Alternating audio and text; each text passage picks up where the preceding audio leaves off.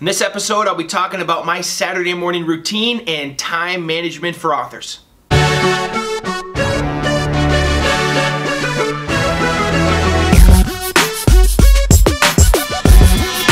Okay, so I get this question a lot, and it comes in different ways, but usually it's like, okay, there's an author who is wanting to get their book finished. They may be in the writing process. They may be somewhere after manuscript in cover design or cover design to printing, wherever they're at in the process. They usually are, you know, a ton of stuff going on in their life. I have kids, I have a spouse, I have my job. How can I manage my time better to get things done?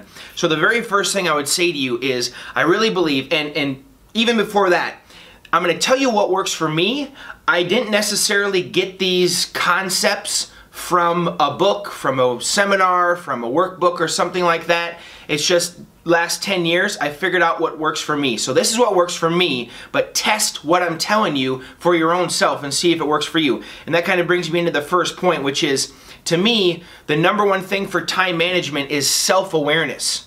You gotta test some things out for yourself. Test some strategies, test some rhythms of work. And a rhythm meaning I work for this amount of time, I rest for this amount of time, and you find a good rhythm there. It takes self-awareness. When are the best times you work? When are your peak times? When is your brain naturally firing? So self-awareness is the first thing. And then once you found a groove, once you found that rhythm, you gotta still be self-aware to say, here's when I'm gonna ebb and flow in and out of this rhythm. Like for me, I like, right after I shoot this video, it's a Saturday morning, I'm gonna go to Coffea on Louise, right by Johnny Carino's, and for the past probably 3 months, Coffee has worked really well for me. So I go and I sit right in front of that fireplace. They got really nice chairs there. The spacing I really appreciate. And this morning it's a little bit later because it's a Saturday morning, but I've been getting there around 6 a.m. to 6:30 a.m. and I've been staying there till around 8.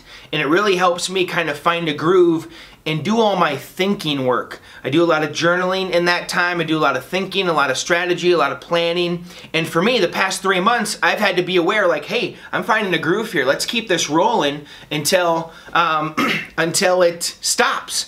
And I'll tell you, the change in seasons now, I know is going to affect my time management and when I get things done. Like for example, when I would go to Coffea, I'd sit in front of the fireplace, 6 a.m. in the morning, it was winter. So it's cold, I walk in, I'm cold, I'm freezing, just got out of my car that was cold. I get to sit right in front of a fireplace and there's not a lot of people there at that time, and if they are, they're coming and going.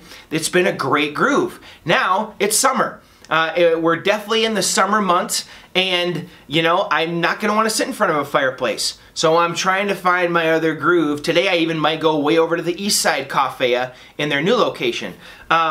But the point is self-awareness. Test things and then just be really attentive to what's working for you and what isn't. I'd say the next thing for time management is this. My wife always reminds me, I should say, that an unclear mind always says no, or a confused mind always says no. So when I leave here, I know exactly what I need to get done. I know how long it's going to take me for each step. I have this morning planned. So it's Saturday. I'm going to work from 8 a.m. until about 12:30. I know exactly what I need to get done in this time frame. So at the end, I can say to myself, okay, nailed this day. And now I'm going to go do stuff at home. I'm going to go do stuff with my family. And when I go home to my wife, I'm going to be able to tell her, I got some things done this morning.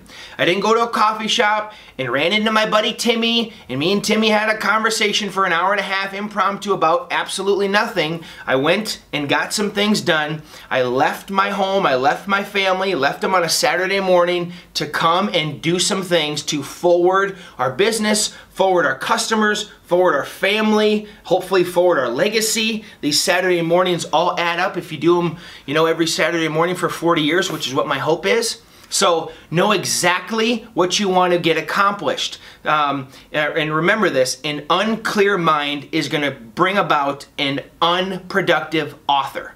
So get super clear on what you need to get done. That's that philosophy of sharpening the axe. You know, I'm not going to get into that because you know the story. You got to sharpen your axe before you start chopping away. And the last thing I'll say about this is make sure you get buy-in from your family. I mentioned that, hey, my wife knows what I'm doing this morning. She knows where I'm going.